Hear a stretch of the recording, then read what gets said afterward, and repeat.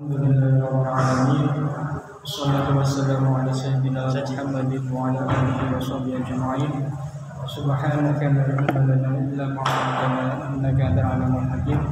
Bismillahirrahmanirrahim. Allahumma anfa'na bima 'allamtana wa 'allimna ma yanfa'una wa zidna ilman nafi'a. Amin ya rabbal alamin. Wa qala Allah ta'ala fil Qur'anil Karim, a'udzu billahi minasy syaithanir rajim. ومن الناس من يقول آمنا بالله وباليوم الآخر وما هم بمؤمنين يخادعون الله الذين آمنوا وما يخدعون إلا أنفسهم وما يشعرون في قلوبهم مرض فزادهم الله مرضا ولهم عذاب أليم بما كانوا يكذبون. صدق الله العظيم. Alhamdulillah kita bisa melanjutkan kajian tafsir. Insyaallah hari ini sampai surat Al-Baqarah ayat ke-8. Juga saya sampaikan kepada jamaah putri yang hari ini memperingati Hari Kartini, ya. Karena salah satu cikal bakal tafsir di Nusantara itu juga dari pemikiran Ibu Kartini. Jadi Ibu Kartini itu mengaji di rumah, manggil yai, yaitu Yai Soleh Darat dari Semarang. Itu ngaji setiap berperiode gitu di rumahnya Ibu Kartini itu di Kadipaten atau di pendoponya. Nah, Yai Soleh Darat itu juga ngajar tafsir.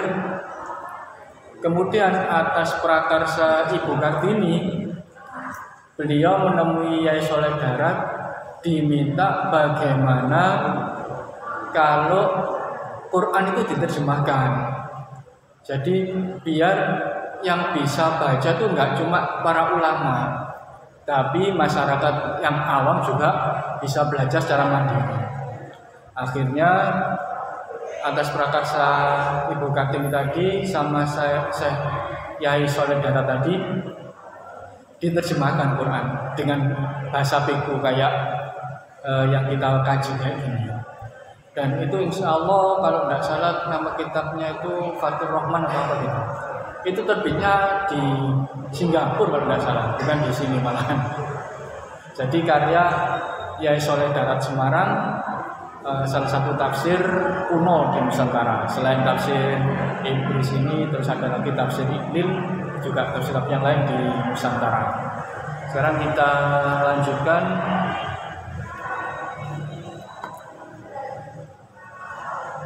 Wa nazala lan tumurun fil munafiqina ing dalem wong munafik. Jadi ayat ini menceritakan tentang orang munafik. Kalau yang awal kita cerita masalah orang beriman, jadi yang iman itu ya pokok ucapan, hati sama perilaku meyakini adanya Allah dan Rasulullah, terus menjalankan syariat Islam. Kemudian bagian yang kedua kemarin kita membahas masalah orang kafir. Orang kafir itu ya sudah tidak beriman sama sekali karena hatinya sudah tertutup. Dan yang ketiga ini Quran bercerita tentang orang munafik. Orang munafik ini yang sulit kita deteksi karena ucapannya itu beriman tapi hatinya tidak beriman. Nah, ini yang bikin kita bingung. Wa nazala lan tumurun fil munafiqi ing dalem wong munafik. Wa minan nasi lan setengah saking manungsa man yaiku wong yaqulu kang ngucap sapa man amanna iman ingsun utawa iman kita billahi kelawan Gusti Allah. Wal yaumil akhir lan ing dina akhir yaumul kiamati ing yaiku dina kiamat. Nani dina kiamat li annahu kronos tuhun dina kiamat itu akhiru terakhire al ayami pira-pira dina wa ma lan ora hum utawi man yaqulu iku bimu'minina padha iman man yaqulu. Jadi di sini Allah Subhanahu wa taala berfirman, sebagian manusia itu ada yang mengucapkan kami beriman. Jadi mereka mengucapkan kami itu beriman. Beriman kepada siapa? Beriman kepada Allah dan hari akhir. Di sini mereka mengungkapkan hari akhir karena hari akhir itu yaitu hari kiamat adalah akhir dari dunia, akhir dari kehidupan. Di sini disebutkan oleh mereka amanah billah wal yaumil akhir, beriman kepada Allah dan hari akhir. Di sini mereka tidak menyebutkan beriman kepada Rasulullah dan Al-Quran. Jadi di sini sudah terlihat jelas bahwa keimanan mereka itu tidak menyeluruh.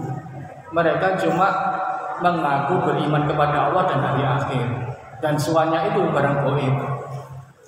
Kalau dikatakan iman kepada Allah, ya Allah gaib. Terus mereka mengatakan iman kepada hari akhir juga kita nggak nututinya. Mana buktinya kamu iman pada hari akhir? Kan belum hari akhir. Tapi mereka tidak mengatakan mereka itu iman kepada Rasulullah, karena Rasulullah ada. Mereka tidak mengucapkan mereka beriman kepada kitab Allah, karena mereka tidak mau menerima kebenaran Al-Quran. Nah, karena itu mereka mengatakannya amanah billah wal yaumil akhir. Dan mereka itu sebenarnya tidak beriman. Wa ma hum bimu'minin. Mereka itu sebenarnya tidak beriman. Jadi mereka itu mengucapkan keimanan untuk menutupi kekufuran di hatinya, untuk menutupi penolakan di dalam hatinya. Itu. Karena apa? Untuk menyelamatkan mereka, menyelamatkan dirinya, mereka mengucapkan beriman agar mereka bisa kumpul dengan orang yang beriman. Mereka nanti kalau ada rampasan perang juga dapat bagian. Nah itu. Tapi mereka hatinya ingkar. Nah orang ini yang disebut dengan orang munafik. Perbuatannya namanya nifaq. Jadi nifaq itu perbuatannya, munafik itu orangnya. Nah disebut nifaq karena mereka menutupi kebenaran yang ada di dalam hatinya. Yukhadi'una Allah wal ladzina amanu. Yukhadi'una gawe bujuki wong-wong akeh sing ngumpat-ngumang man yaqul Allah kelan Allah wal ladzina amanu lan wong-wong kang padha iman kabeh. Wa ma lam ora yakhda'una wujuhi man yaqulu man illa anfusahum kejaba ing awak dhewe ne man yaqulu wa ma yashuruna wa ma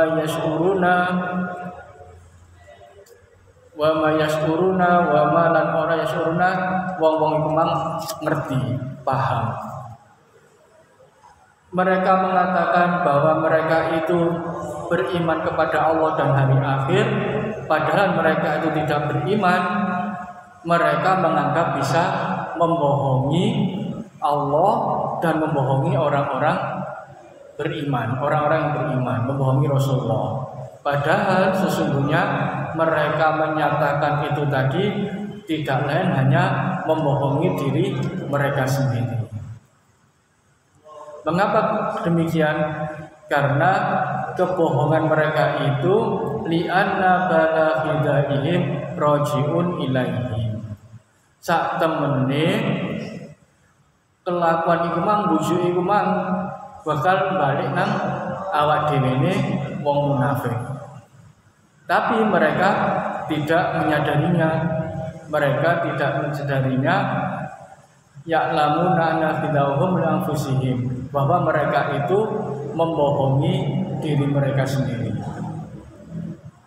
Nah, bagi kita orang munafik itu tetap dukung orang Islam.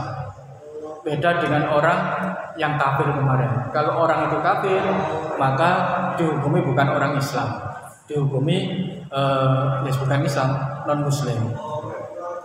Kalau munafik, kita tetap menganggap orang Islam. Di KTP, KTP-nya juga orang Islam, munafik ini, walaupun dia tidak mengakui, tidak menjalankan syariat Islam. Nah, bagaimana hukumnya? Hukumnya ya nanti di akhirat mereka akan mendapatkan adab yang sangat pedih, adab yang sangat meyakinkan. Dilanjutkan oleh Allah di dalam Quran, fi qulubihim, ing dalam atine wong-wong munafik iku maradun apa penyakit. Penyakit apa? Syakun, yaitu was-was. Wa nifakun, lan nifak, yaitu nutup-nutupi. Fahuwa utawi syakwan nifak murditun utawa penyakit qulubihim ing dalem atine wong munafik. Jadi dalam hati orang munafik itu ada suatu penyakit, yaitu penyakit ragu, was-was, dan penyakit yang menuju kepada kebimbangan hati. Ini disebabkan mereka ucapannya tidak sama dengan hatinya. Sama saja kalau kita menipu,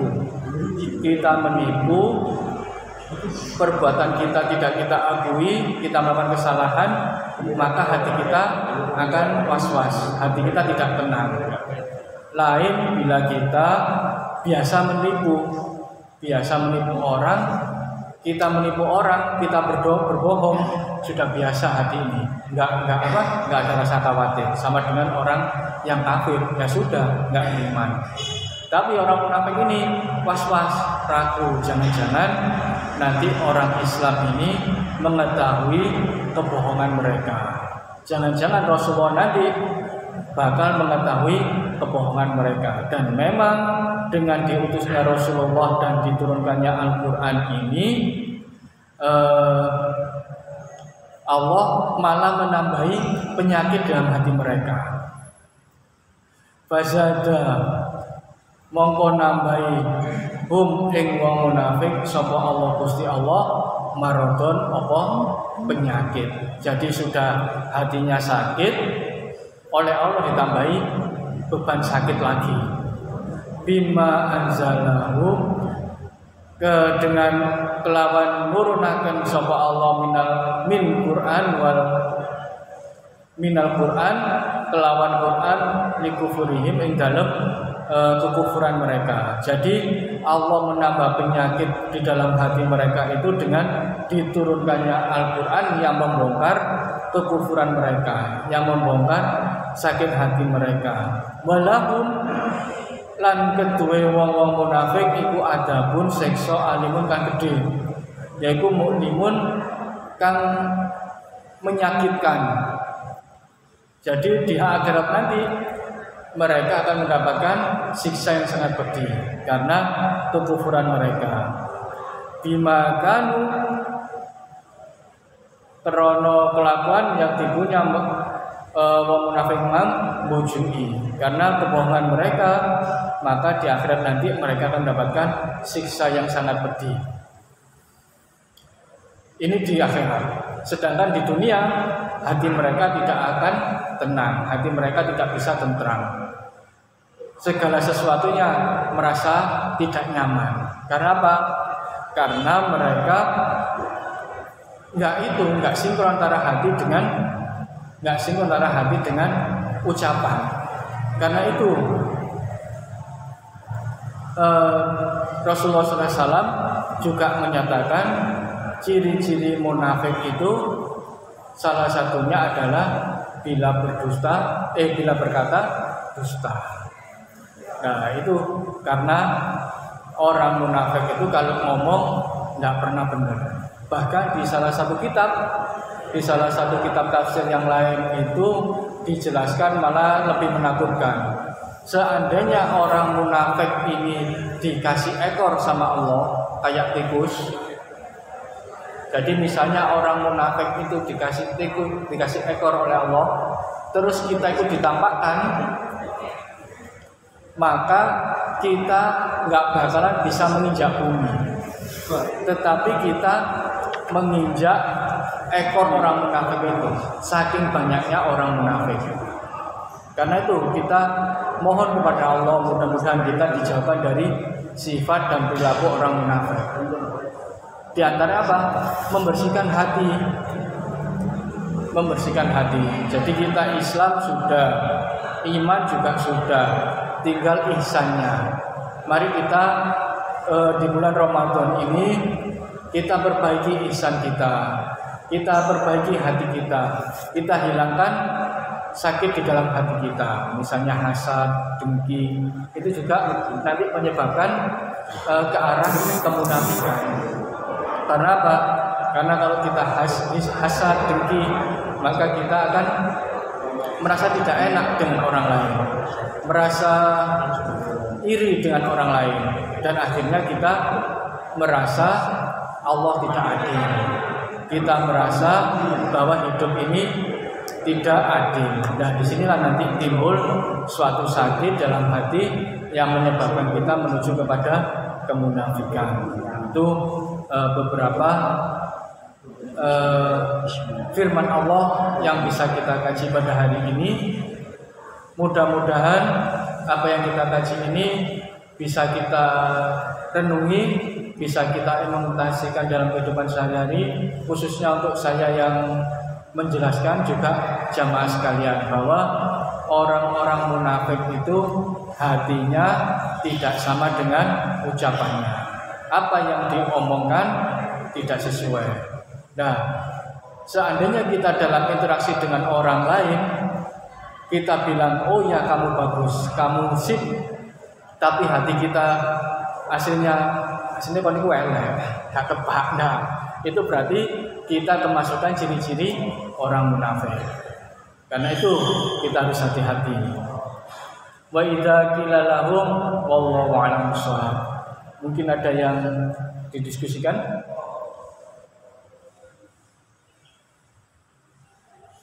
Kalau tidak ada, saya akhiri. Kurang lebihnya saya mohon maaf. Wallahu a'lam bissawab. Assalamualaikum warahmatullahi wabarakatuh. Waalaikumsalam.